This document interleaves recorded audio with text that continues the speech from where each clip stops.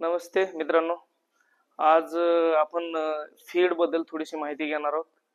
Feed आपण कुठल्या प्रकारचे वापरतो पिगरी फार्ममध्ये, आपल्या टोटल फार्मवरती. तर त्याच्यामध्ये डिफरंट प्रकारचे फीड आपण यूज करतो. ओव्हरऑल 5 ते 6 प्रकारचे फीड आपण यूज करतो. त्याच्यापैकी सगळ्यात महत्त्वाचं आपल्या फार्मवरती जास्तीत जास्त जो फीड लागतो तो आहे ग्रोवर फीड. ग्रोवर फीड जो आपण देतो, जे 20 kg ते 65 kg म्हणजे 65 किलो पर्यंतच्या जनावरांना आपण देतो. जो की आपण फॅटनिंग साठी जे जनावर आपण विकणार आहोत त्यांना आपण ग्रोवर 65 kg पर्यंत देतो. त्याच्या पुढे आपण 65च्या नंतर त्यांना फिनिशर फीड देतो, जे की आपण पुढे पाहणार आहोत.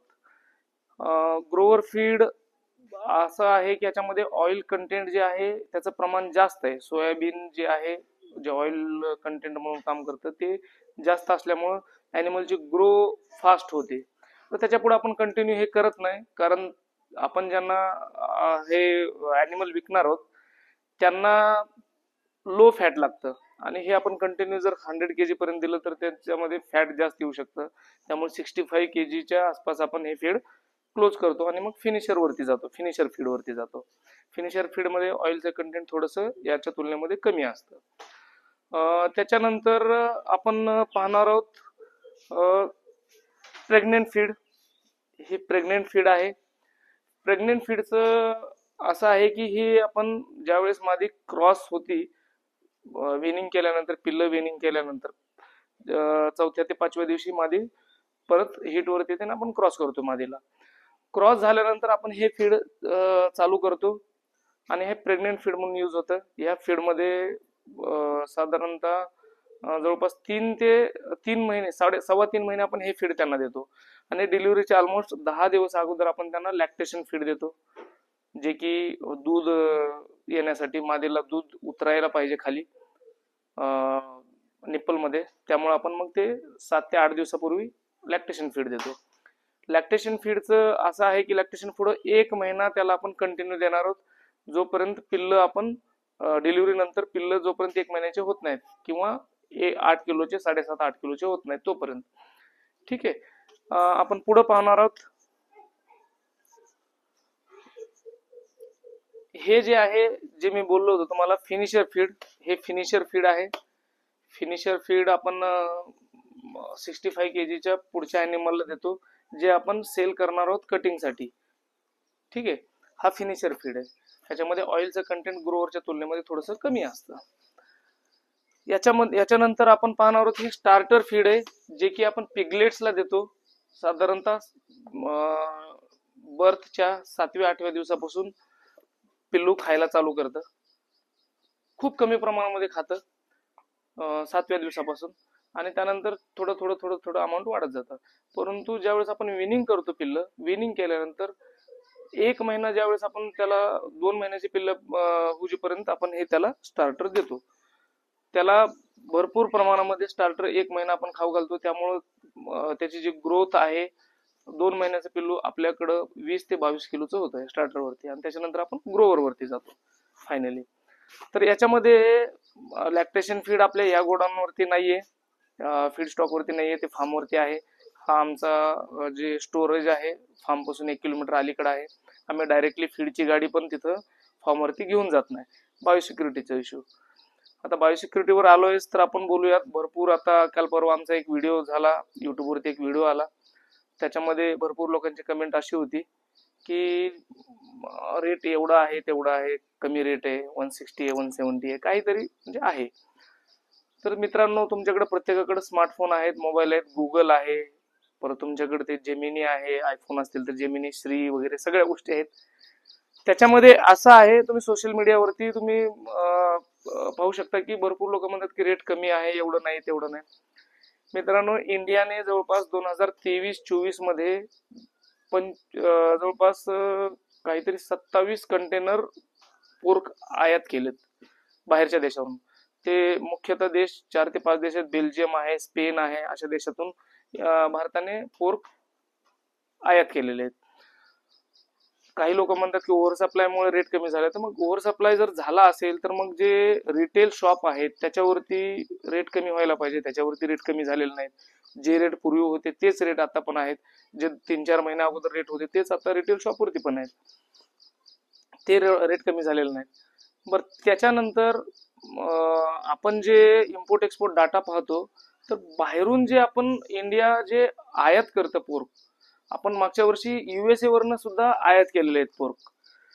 मग आपण महागाचं प्रोडक्ट म्हणजे तिकडून आणणार म्हणजे महागच असणार. मग ते लोक, इंडियाचे जे लोक मागवत आहेत बाहेरून पोर्क, ते आपल्या भारतातलं पोर्क का घेत नाहीत, का कन्झ्युम करत नाहीत?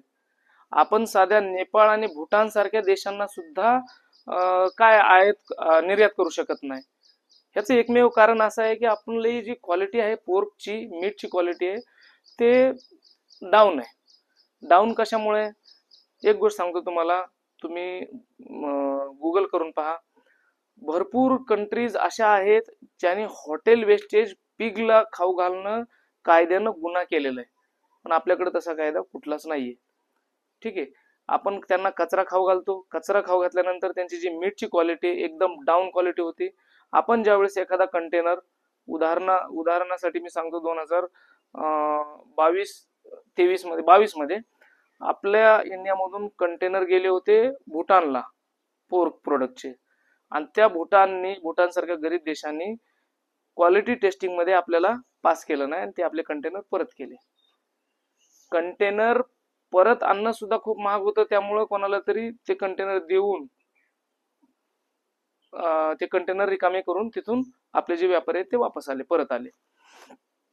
मित्रांनो, ह्याच्यामध्ये एकच आहे, आपण रेट बद्दल सारखे आपण हे करतो की ओरडतो, आपल्याला रेट नाहीये, रेट कमी आहे.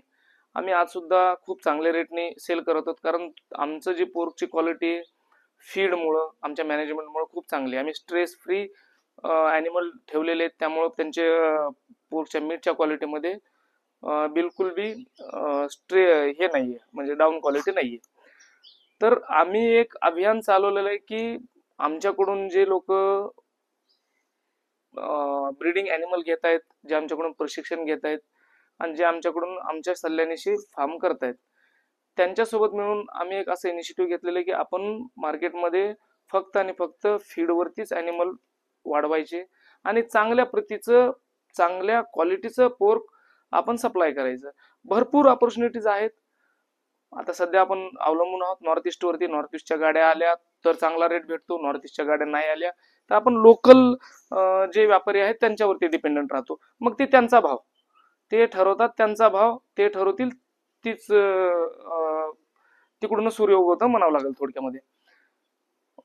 तुम्ही जर बघायला गेलं तर आज रेट खूप कमी आहे. 195-200 रुपये रेट होतं हॉटेल वेस्टच्या ॲनिमलचा सुद्धा, एक 2 ते 3 महिन्यापूर्वी, 3-3.5 महिन्यापूर्वी.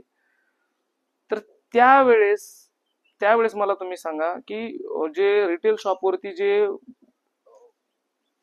कटिंगचं मीठ सेल करत होते तोच रेट आज का आहे? रिटेल शॉपवरचं पण रेट पडायला पाहिजे, नाही पडलेलं रेट.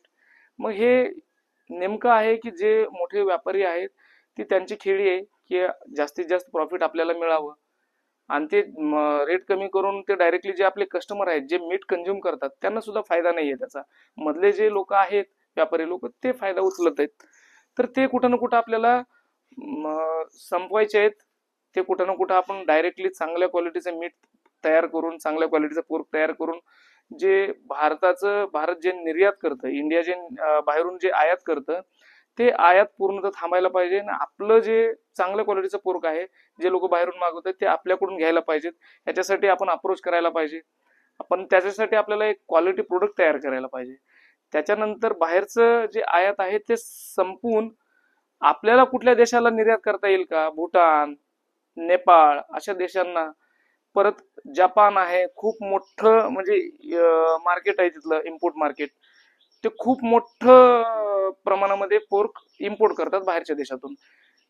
तो आपला एक फ्रेंडली नेशन आहे आपल्यासोबत, आपण त्याला सुद्धा टार्गेट करू शकतो. परंतु त्याच्यासाठी आपल्याकडे एक क्वालिटी प्रोडक्ट पाहिजे, आणि ते क्वालिटी प्रोडक्ट आपण तयार करू शकतो फीडवरतीच. चांगल्या क्वालिटीचं फीड, चांगल्या क्वालिटीचं ब्रीड, ह्या दोन्ही गोष्टी असतील तर तुम्हाला रेटसाठी, प्राइससाठी कोणापुढं ओरडायची गरज पडणार नाही. तुम्ही तयार करा, क्वालिटी प्रोडक्ट तयार करा, तुम्हाला आपोआप रेट 100% भेटणार आहे. तर धन्यवाद मित्रांनो. असेच व्हिडिओ मी यापुढून म्हणजे कंटिन्युअसली टाकत राहणार आहे. त्यामुळे तुम्ही माझ्या युट्यूब चॅनलला सबस्क्राईब करा. आणि तुमचे काही प्रश्न असले तर कमेंट बॉक्समध्ये तुम्ही कमेंट करा.